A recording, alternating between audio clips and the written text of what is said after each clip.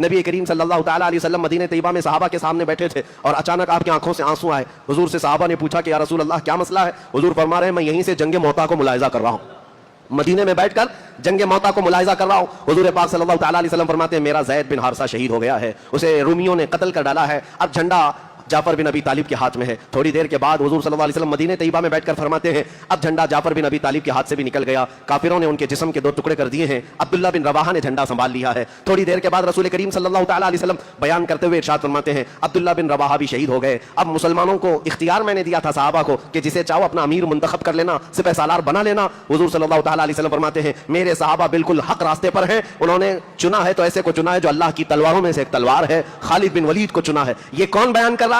میرے مصطفیٰ کریم صلی اللہ علیہ وسلم مدینے میں بیٹھ کر کے بیان کر رہے ہیں. اور جنگ کہاں ہو رہی ہے؟ جنگ موتا جارڈن کے علاقے میں ہو رہی ہے. اب نبی پاک صلی اللہ تعالیٰ علیہ وسلم نے تھوڑی دیر کے بعد سارے صحابہ سے فرمایا, اٹھ کر کھڑے ہو کر کے مبارک ہو خالد بن ولید نے سارے صحابہ کو وہاں سے صحیح سلامت میدان سے باہر نکال لیا اور رومیوں کو ان کے میدان سے ان کے ملک واپس جانے پر مجبور کر دیا. یہ خالد بن ولید رضی اللہ تعالیٰ عنہ کی اسلام میں آنے کے بعد بڑی فتحوں میں سے پہلی فتح تھی, جس دن حضور صلی اللہ علیہ وسلم نے آپ کو سیف اللہ المسلول کہا تھا. جنگ موتا کے وہ صحابہ وہاں سے واپس پلٹ کر کے مدینے آ رہے ہیں. جب مدینے آئے تو جنگ ختم ہو کر کے تقریباً مہینہ گزرنے کو تھا.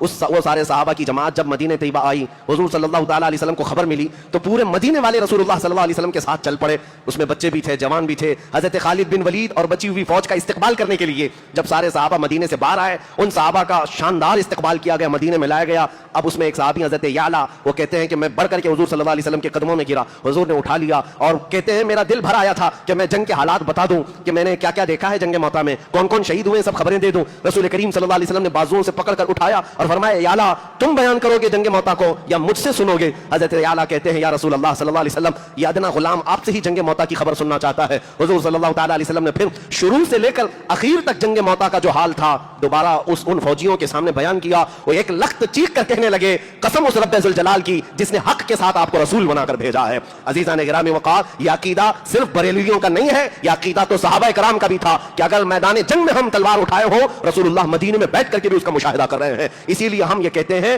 ہم یہاں سے پکارے وہ وہاں سے سنے, مصطفیٰ کی سماعت پہ لاکھوں صدا.